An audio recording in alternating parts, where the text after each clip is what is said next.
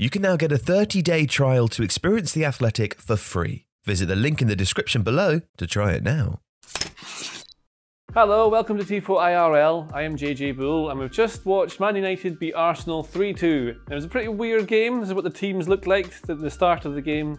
This is one of those games that makes it hard to kind of analyse things because none of it really made sense. So we're going to try. So let's start from the beginning. So as I touched on briefly a few seconds ago, these are the shapes. Man United played a 4-2-3-1. For part of the game, like later on, I think it was in the first half, maybe in the second half, McTominay moved into the centre between Fred and Bruno Fernandes. Fred played, he arrived in the form of Chaos Fred in this game. From the very start, he was giving the ball away in all sorts of stupid places, but he was full of energy, buzzing from box to box, set up one of the goals for Ronaldo's finish, so he managed to get in behind here. So you think when he's a double pivot like this, with Fernandes as a 10, you wouldn't imagine Fred to end up in this opposition box. It's not really something he's done under Ole Gunnar Solskjaer. But in this game, I think it might be because McTominay was sitting back a little bit deeper. And you had Fernandes moving to this right space here, and then Fred was able to get in behind to set up a little shot, a little pass back for Ronaldo for a lovely finish into the back of the net. So that's one of the things that Fred did. But yes, Fred was purely in chaos mode. And Arsenal don't have a goalkeeper, so I'm going to quickly put a goalkeeper in. And now Arsenal have a goalkeeper. So that was United in possession. Arsenal were playing a 4-4-1-1, 4-2-3-1. You see the double pivot again of Valneni and Partey here. Partey was excellent at getting the ball forward with big, long, progressive passes, carrying the ball by dribbling it as well. The fullbacks were getting really high and wide. Their touch maps showed they were just mostly hugging the line. Tomiyasu especially. You think Tomiyasu has been kind of almost an extra centre-back, and at times Arsenal would line up with a back three, like White, Gabriel and Tomiyasu like this. But very rarely did Tomiyasu actually touch the ball when they did this. He was mostly just there as cover. So although his average position will show that he's mostly actually here, or slightly deeper average position, but a lot of his touches were around this area here. Out of possession, sometimes he would drop into this sort of shape. It's kind of a bit like Man City, really, when you think about it. And Arsenal, just like Man City now, we're playing something of a 4-4-2 in amongst all these numbers. So out of possession, they dropped into a really nice shape, really compact block of two banks of four. Martinelli on the right, Smith Rowe on the left, and Odegaard and Aubameyang. So Aubameyang would lead the press, and Odegaard would back it up behind. So Aubameyang, let's put them more up here, open the pitch up a bit. Fernandes here. So when they're trying to build out from the back, United would be here. Where's the ball? So Aubameyang would try and lead it. As soon as Aubameyang either led it to the left or the right, whichever way he was going, Odegaard would then follow up behind him, backed up by one of these forwards here. So the ball was always trying to stop this ball progressing from these guys here. And there's a few occasions where Maguire and Telles especially are put under a lot of pressure. Martinelli and Odegaard teaming up to make sure he's under a lot of pressure. Basically, the same word was just used. And so he's having to get the ball away, either clear it or to put it back into dangerous situations. United's build-up was very slow, which helped with Arsenal's press. But yeah, they looked very well organised, and it was just a weird game because some of the stuff that you think would happen didn't. Some of the things that you didn't think would happen, like David De Gea rolling around the floor holding his ankle because his own teammate had hurt him. You didn't expect that to happen, but it did. But one of the things I think is interesting is how this game, you could say, is a tale of two fullbacks, because Tavares had a touch in this game that allowed United into it. So I think he lost the ball round about here, really poor touch, which allowed United to get in behind, and just stole the ball in this dangerous situation. Arsenal were not really in the shape to be able to deal with it, and United scored. But also, what you had for United is Diogo Dalot, who's a Portuguese right back. He's been out on loan at places like AC Milan recently, really highly rated. So he's thought of as a high potential young Portuguese star. Hasn't really been able to break into the team. He's more of a winger that's turned into a fullback. And where Wan-Bissaka is a similar story, where he was a winger turned into a fullback, Wan-Bissaka is better at winning tackles and isn't very good at, well, maybe that's harsh, but he's just not great in possession. So whereas Wan-Bissaka, were he to play in this sort of situation here, he often looks for the pass back to a defender so that they can then take the ball forward and take the team up the pitch, or he'll play a short sideways one. Wan-Bissaka very rarely plays forward balls that progress the play. So say Sancho's here, you can't get the ball in here and he wouldn't try. You might try one of these kind of very Scottish Premiership It's not meant to be a huge dig, but these balls, you just lump it into the channel and chase it on, trying to move the team up the pitch a little bit. It's the kind of thing like Wan-Bissaka does.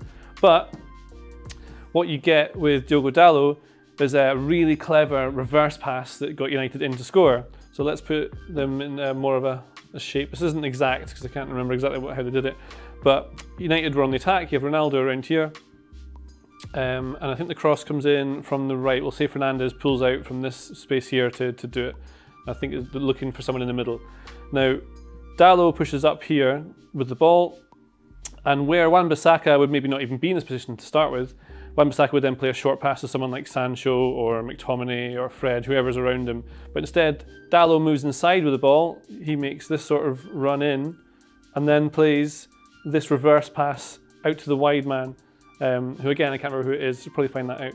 So Dalot comes in like this, plays a little ball like this, very clever, the kind of thing that a midfielder would do, really, which then allows the ball to come in from this side for a chance created. So just by having Dalot instead of Wan-Bissaka there, United automatically have a better way of getting forward.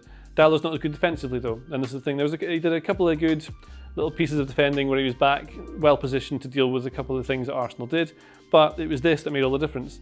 And that's the kind of thing. Dalot wasn't maybe there by choice. Wan-Bissaka just wasn't there because he wasn't there. Alex Telles a bit of a bad time on this side here. Nuno Tavares is in for Kieran Tierney, and we looked at a bunch of stats to see why that might be.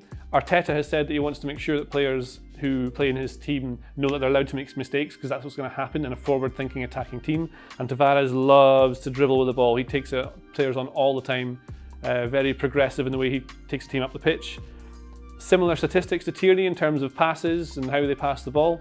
Makes a lot more tackles in the defensive third and the attacking third, which is probably one of the things that, or pressures I should say, one of the things that Arteta's looking at. But he can dribble with it and causes lots of trouble for the opposition by just taking the team up the pitch.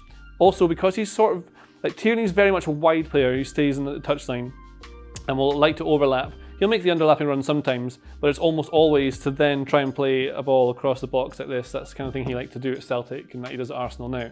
But what Tavares does often, he takes more touches with his right foot than Tierney does, like maybe 4 per game or something. It's not a huge amount, but he just seems to be more of a midfield player put into a left back position.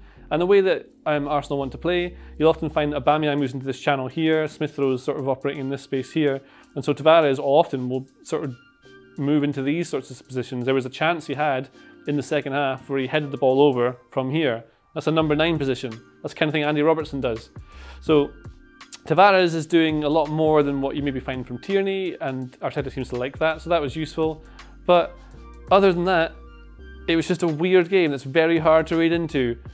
It's interesting to see whether Dalot survives, or Wan-Bissaka, whichever gets chosen by Ralph Rangnick when he starts taking charge of games. Alex Telles, I'm not sure if he's going to keep a place when Shaw's back and ready to play. Arsenal's shape looked good, but as soon as they were ahead, they stopped playing and let United into there. There's not really anything tactical they did wrong, it's just mentality. Their defensive shape was fine. They just need an awful lot more to be able to win these sorts of games. Ronaldo stepped up with a couple of goals. It's kind of what you want from that sort of player. Fred was chaotic. He could either be amazing in a Ralph Rangnick team with his energy and pressing, and he's clever passes, like the one he's set up the goal for by being in this position here. That's what you want. Someone who can break from box to box to get to this sort of area here is going to be important. But we didn't really learn anything. We don't know what's going to happen when Rangnick takes over.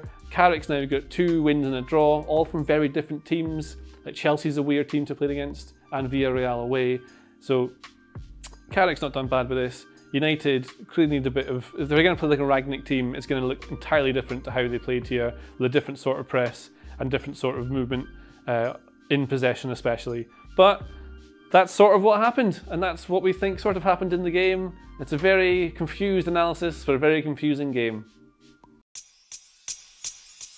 Buy holiday much, buy and gift how much, buy it now to avoid disappointment because of delivery times. Yes, that's right. Use the offer code TIFOBF to get £10 off when you spend 60, and buy it now to avoid holiday disappointment at shop.tifofootball.com.